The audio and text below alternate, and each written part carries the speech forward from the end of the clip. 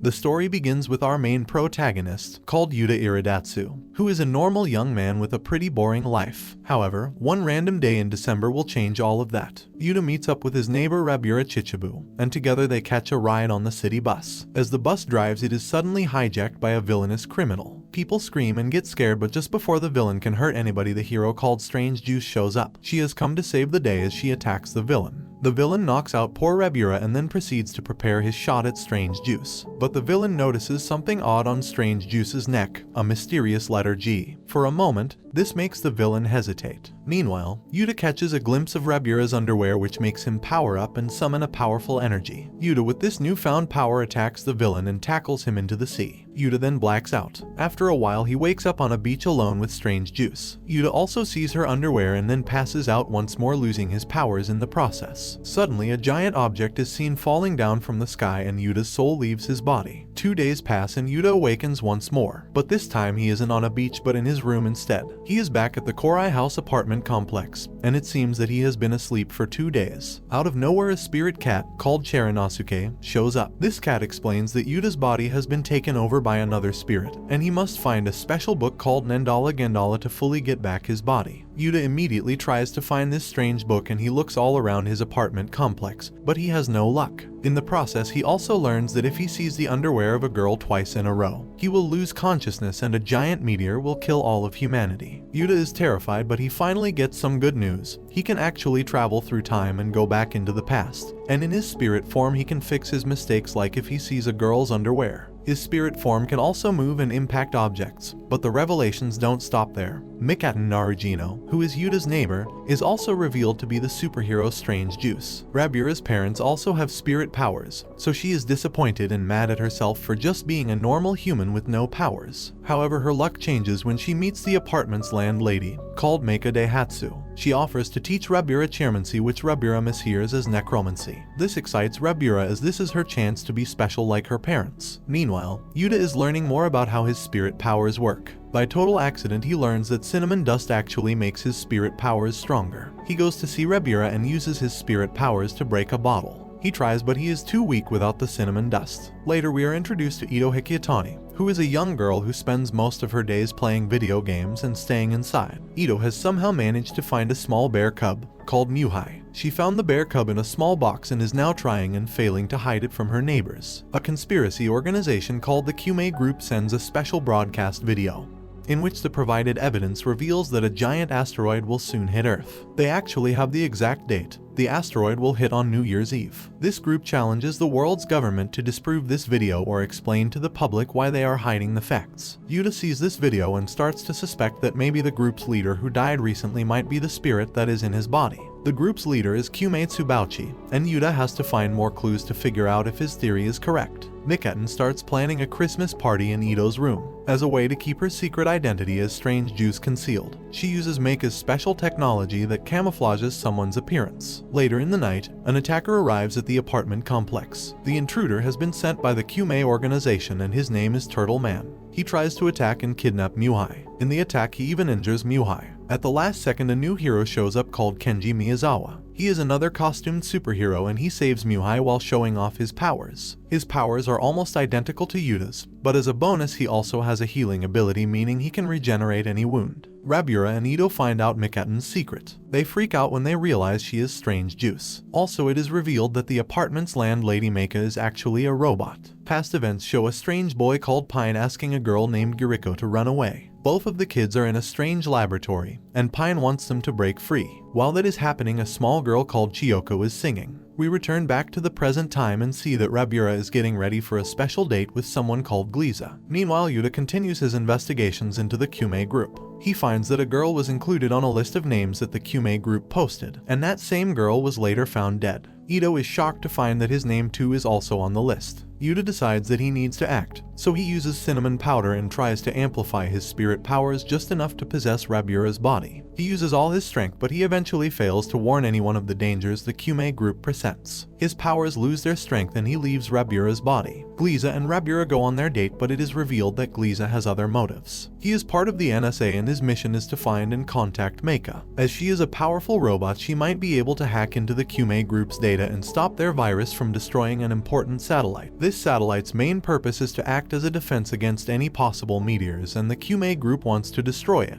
Their conversation is interrupted when Kenji shows up. Elsewhere, Yūta realizes that Miketten sings the same song that the girl Chiyoko sang so long ago. December 29th arrives and Yūta is horrified to find Ito killed near a shrine. Yūta decides to save her, so he uses his time travel powers and goes back in time to the day before. He uses all his powers and possesses Rabura once again, and manages to warn Ito and the other girls about what will happen. Miketten stops Ito from going to that temple to see the shrine. Ito feels guilty about something and she decides to open up to the rest of the girls. Ito tells them that she was the one who posted a video of all the people who bullied her at school. She wanted to make a video to prank all of those people, but someone managed to edit the video and put her name on it. While talking, Miketten reveals that she spent her childhood in a place called Uber Labs. This triggers a flashback for Yūta in which he sees that the small boy Pine used a special ability called Uberfi to protect Chiyoko. The next day arrives and the Turtle Man manages to kidnap Muhai. He explains that this is her punishment for not showing up at the temple. Yūta manages to use his powers to send a message from Ito's phone.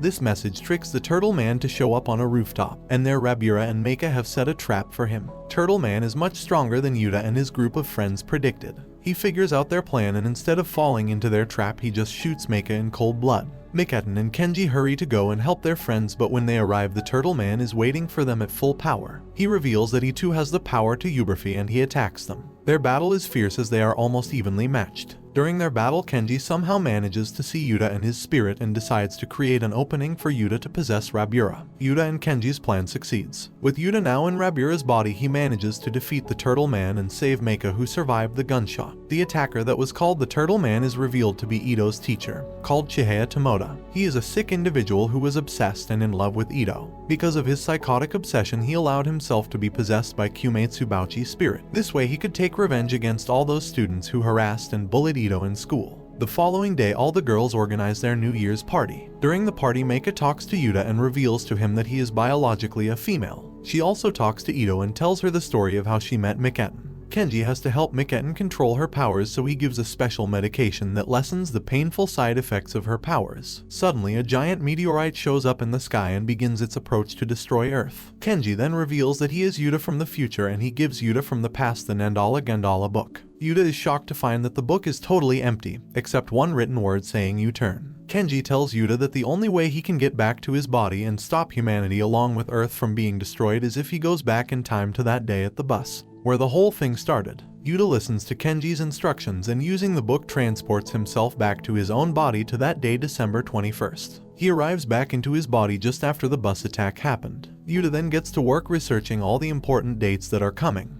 and tries to inform Cheranosuke that he must try to change the future. Yūta has now realized that this is not the first time he has done this. Cheranosuke reveals that the previous versions of Yūta all tried to prevent the meteor from striking but have failed. He also tells him that it is extremely important to not tell the truth to anyone. Yūta's nosebleeds are also the result of mankind being destroyed in all those other timelines. Yūta places special talismans as a way to keep his spirit doubles from reaching his body. He then decides to not write the U-turn spell into the Nandala Gandala book. Yūta concludes that this would be a form of surrender. When the morning arrives, Yūta talks to Rabura trying to find out more information about Gliza. Suddenly, Tomoda shows up and Yūta chases after him, but Cheranosuke stops him for some reason. Cheranosuke explains that Yūta should not stop events that cause the residents of the apartment complex to form friendships and bonds together. Cheranosuke also reveals that the reason Yūta's spirit can so easily leave his body is because of a traumatic event he experienced 9 years ago. This moment took place in that laboratory with the children. Pine, Yuriko, and Chiyoko accidentally all switched bodies with each other while they were trying to escape their captor. This happened because lightning hit their Uber field states. This means that Yūta is the result of Pine's spirit ending up in Chiyoko's body. The following day,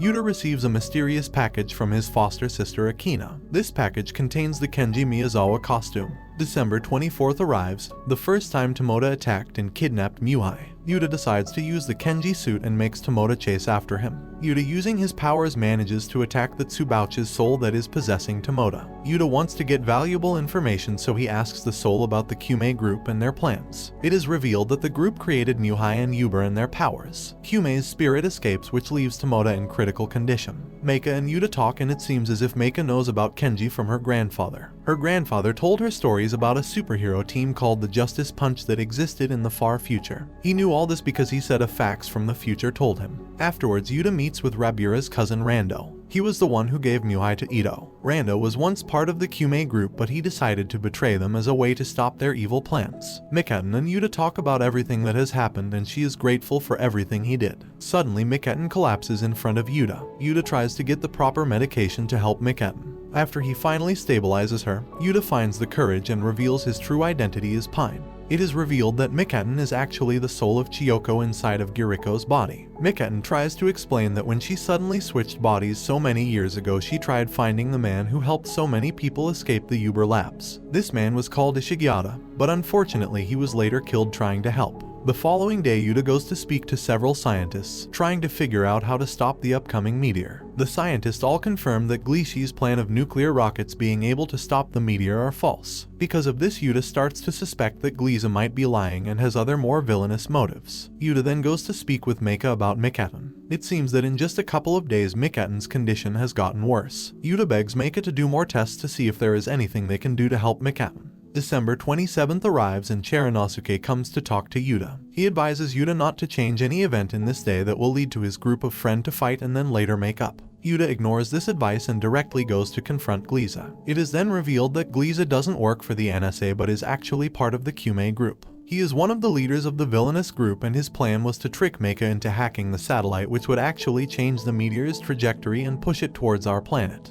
Gliese then uses a strong anesthetic to attack Yūta. He then reveals that he also has Uberfly powers. In a shocking twist, Gliese is actually Giriko, who is now inhabiting Pine's body. The morning of December 28th, Yūta realizes that he cannot stop Meika from hacking the satellite. Giriko's plan will come true. This will basically give the Kyume full control of the satellites and the ability to launch missiles at the meteor to make it change trajectory and hit directly at Earth. Chernosuke announces that the mission to save humanity has failed and that Yūta should make preparations to transport himself into his other body. December 29th arrives, and that is the day in which originally Ito died. Yūta and Mikaten receive a text message commanding them to appear at the shrine. The two of them show up, and there they are met by Giriko. He takes Ito hostage as a way to make them all come to his location. However, Giriko gives Ito back and says that the only way Mikaten and Yūta can survive this upcoming meteor strike is to use Muhai's regeneration ability. Yūta feels that there is no hope in the whole situation as all of his plans have failed. But he then remembers his friends and their bonds. This motivates Yūta to not give up just yet and try to save humanity. He asks Meika for her help as he has a new plan going forward. Yūta explains everything to Meika. He tells her about the meteor and its trajectory along with all his experiences regarding time travel. Meika then begins forming a plan to launch all the ballistic missiles from Earth directly at the meteor when it arrives close to the atmosphere. This should be enough to destroy the meteor, at least so it doesn't cause any giant destruction. She then gives Yūta the task of protecting the Korai house from anyone who tries to stop her in her plan or attack his friends. New Year's Eve arrives once more, and Meika is torn to whether she should allow all their friends to get involved with the plan.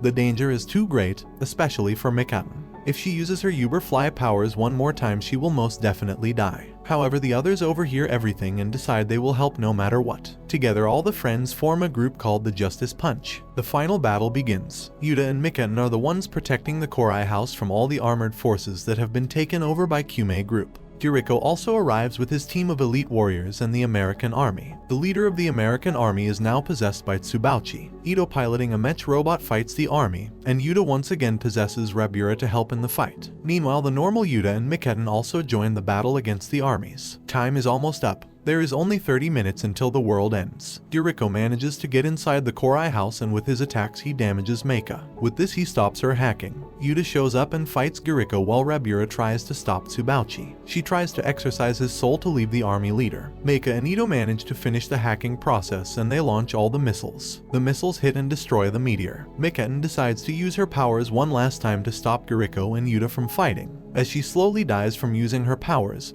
Yūta decides to switch bodies with her. This returns Mikaten to her original Chiyoko body, and Yūta dies inside her body. After 49 days pass, the spirit of Yūta says farewell to all his friends and goes back in time one last time to bring a brighter future for everyone. And this brings the anime to an end. Don't forget to like and subscribe if you enjoyed, and turn on the notification bell so you never miss out on another video. Until next time, take care.